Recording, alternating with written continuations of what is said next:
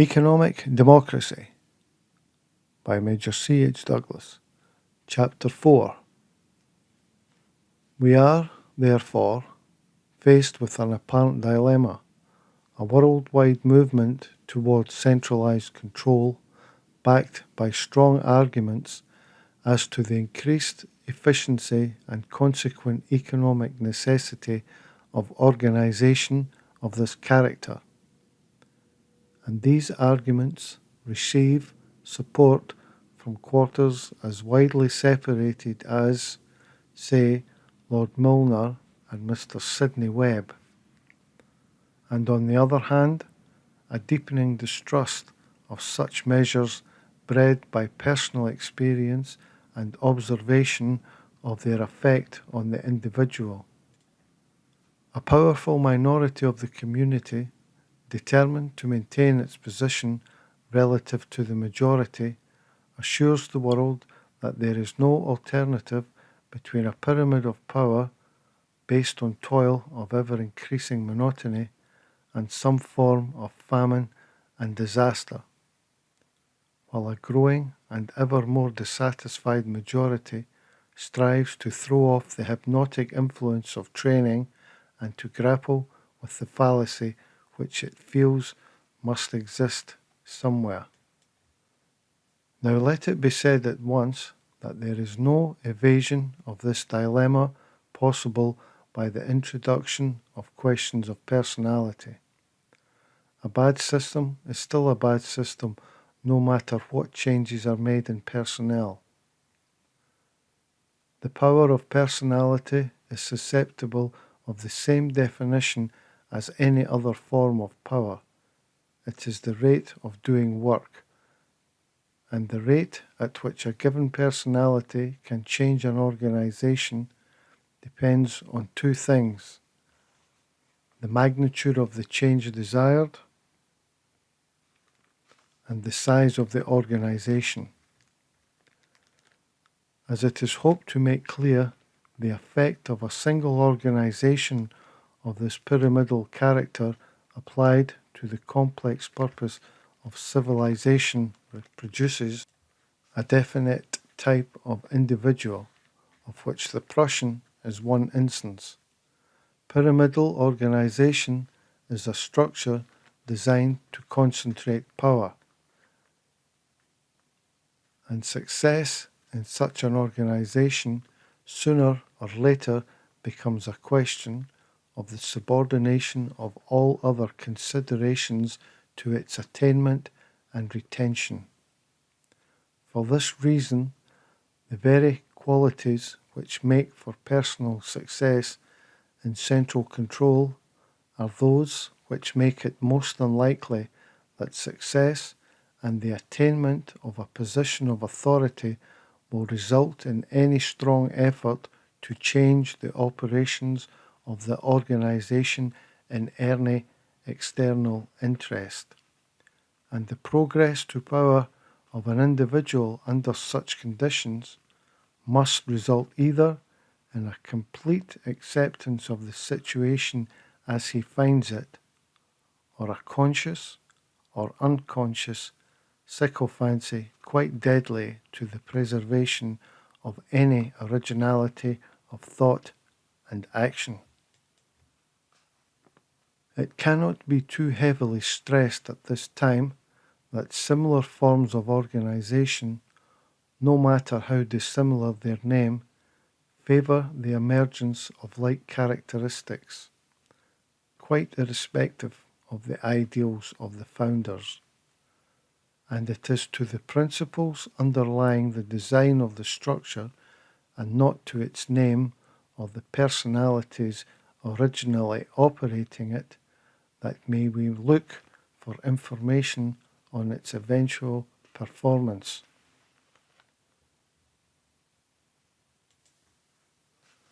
In considering the objectionable features which have arisen from modern industrial and political systems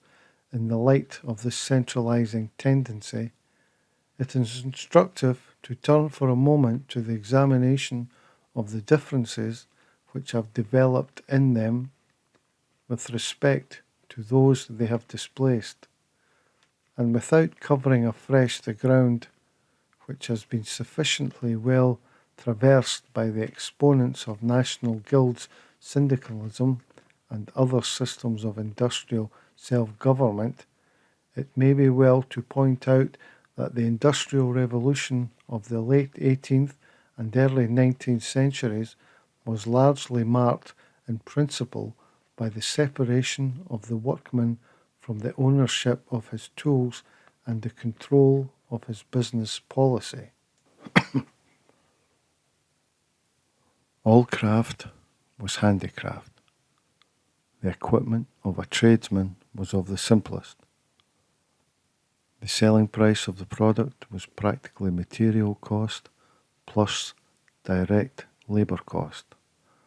Direct labour cost was indistinguishable from profit, and practically the whole of it was available for the purchase of further material and the product of other men's industry. So far as our knowledge goes, and the theory of industry would confirm such an assumption, there was within the craft guilds no involuntary poverty or unemployment at all comparable to that with which we are too familiar, and, at any rate, within the circle of their influence, the standard of material comfort rose directly in proportion to the total production, while at the same time the craftsman maintained a pride in his work and considerable independence. With the advent of machinery came the intervention of the financier into industry, willing to provide the able craftsman with the means to extend the exercise of his skill on payment for his services. The development from this stage through the small workshop run on borrowed money by the enterprising man who both worked himself and directed the work of others, to the large factory in which the function of the craftsman ceased to be exercised by the employer, who retained only the direction and management, to the large limited liability company or trust in which the craftsman, the management, and the direction of policy became still further separated, has been logical and rapid, and this development carries with it changes of a fundamental character. Behind all effort lies the active or passive acquiescence of the human will, and this can only be obtained by the provision of an objective. By the separation of large classes into mere agents of a function, it has been possible to obtain the more or less complete cooperation of large numbers of individuals in aims of which they were completely ignorant, and of which, had they been able to appreciate them in their entirety, they would have completely disapproved, while at the same time education and ecclesiasticism have combined to foster the idea that so long as the orders of a superior were obeyed, no responsibility rested on the individual. It is not, of course, suggested that commercial policy has been deliberately and uniformly dictated by unworthy motives. Far from it. Nor is it unlikely that had the processes of production and distribution been separated from any control over individual activity along other lines, its development might have been in the best interests of the community. But since it has been accompanied by a growing subjection of the individual to the machine of industrialism, it is quite unquestionable that the whole process of centralizing power and policy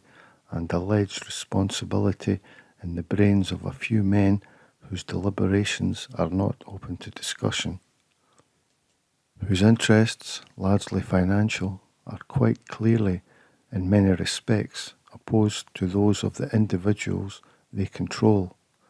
and whose critics can be victimized is without a single redeeming feature, and is rendered inherently vicious by the conditions which operate during the selective process. When it is further considered that these positions of power fall to men whose very habit of mind, however kindly and broad in view it may be, and often is in other directions, must quite inevitably force them to consider the individual as mere material for a policy cannon fodder, whether of politics or industry, the gravity of the issue should be apparent. Along with this development has gone a parallel change in the status of the individual. The apprentice, the journeyman and the master were all of one social class. The apprentice or journeyman dined at his master's table and married his own or some other master's daughter. The standard of life, therefore, without, of course, being identical, was comparable as between various grades. The implication of this was considerable. It involved a common standard to which everyday difficulties could be referred. A consideration of these facts and a comparison of the conditions produced by them with those existing in our industrial districts in more recent years has led reformers of the type of William Morris and John Ruskin to idealize this period and to place to the debit of machinery and quantity production all the miseries and ugliness visible in the Midlands and the industrial North. This attitude seems mistaken, and here again we are met by a confusion between cause and effect. There is absolutely no virtue in taking 10 hours to produce by hand a necessary which a machine will produce in 10 seconds, thereby releasing a human being to that extent for other aims. But it is essential that the individual should be released,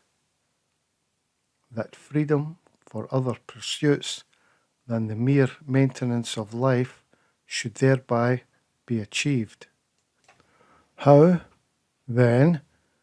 are we to deal with this dilemma? It cannot seriously be contended that the advancement gained as a result of the application of material science to the requirements of society should be abandoned, and that men should abjure the use of anything more complicated than a hammer and chisel or a spinning wheel.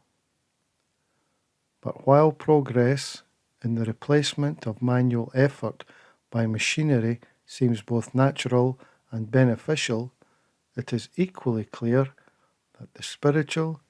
and intellectual revolt against the conditions which have grown up alongside this material progress is fundamental and widespread, and will not be satisfied by any mere betterment movement. The whole policy of governments and industrialists alike in respect of this conflict of interests has been one of grudging compromise, partly as the result of the natural tendency of humanity to laissez-faire methods, and partly, no doubt, from a settled conviction that nothing but compromise was possible. That the existing order is based on natural law, and it is not amenable to any radical modification, and that all critics are either cranks and dreamers, or else are solely actuated by a desire for the sweets of office. It is most important to recognize that there are two distinct problems involved in this dilemma. one technical, the other psychological. And it is just because the psychological aspect of industry has been confused with and subordinated to the technical aspect that we are confronted with so grave a situation at this time. There is little reason to doubt that we are rapidly attaining command of the means for the solution of any reasonable requirement of a purely technical nature, and it may be well, therefore, to consider briefly the usual methods which the modern industrial system has developed to deal with the organization of large numbers of individuals to the end that their combined effort may result in commercial success. Very broadly, the main differences lie between what may be defined as the military and the functional systems of control, or some combination of the two. And these involve an interesting difference of conception. As we have seen, the development of industrial activity has been very largely a practical application of the economic proposition in regard to the division of labour. The military organisation conceives a large business or a government department as an aggregation of human units to carry out on a large scale that which one immensely able and versatile man could do on a small scale, and, broadly considered, the perfect organisation of this character would be derived by dissecting the various attributes of the perfect one-man business, making each of them a department,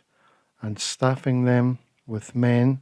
who in the aggregate represented nothing but an expansion of that attribute. Fortunately, the perfect organisation of this character has yet to appear,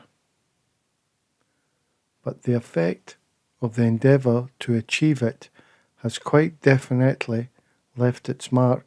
on civilization. It is easy to distinguish the soldier and the civil servant, or even the infantryman and the bombardier, and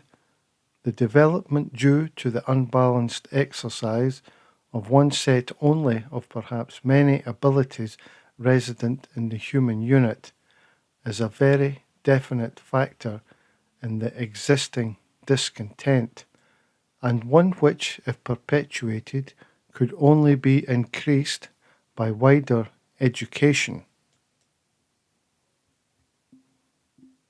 Placez, messieurs les gouverneurs.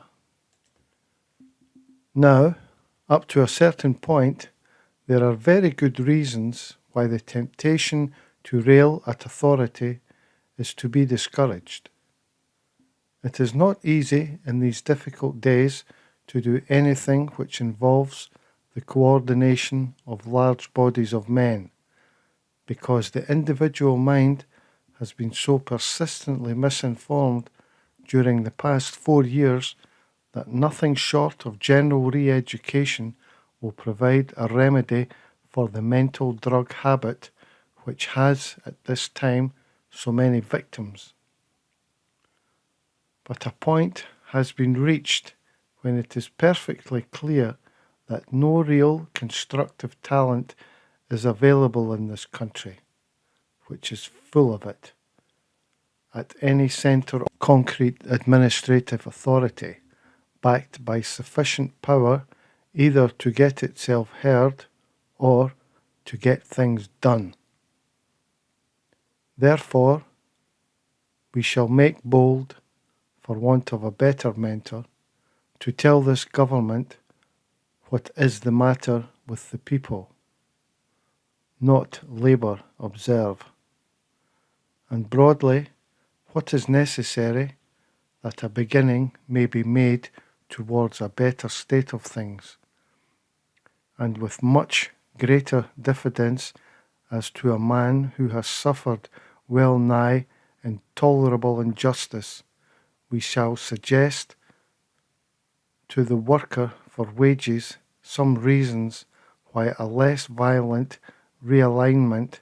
than he is at present disposed to demand may, under certain conditions, serve his needs much better. Placez, messieurs les gouverneurs. Firstly, and least important, the community does not approve of the political machinery. It may be unreasonable of it, but it really wants a government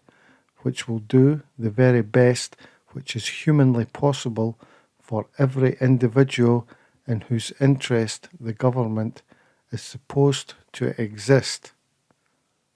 quite irrespective of any other consideration whatever. The chief reason that the community does not like the political machinery is that it is thoroughly awake to the fact that this machinery is used in the interest of an economic system which is making the great majority of individuals work harder for less real return than the individual has ever had to work in history prior to the introduction of labour-saving machinery. It may not put it that way, but it has the main idea. The generic name for this economic system is capitalism, and the public at large cannot conceive of any economic system to replace what it imagines as private capitalism, except what is in effect state capitalism, the sort of socialism to which Mr. Winston Churchill is a recent convert. The public and the individual have had quite enough of that sort of socialism, and, therefore, concentrate their wrath on profiteering, although they have probably heard that all the divisible profits of industry only amount to a few shillings per head per week, and if they were so divided, most of the modern machine production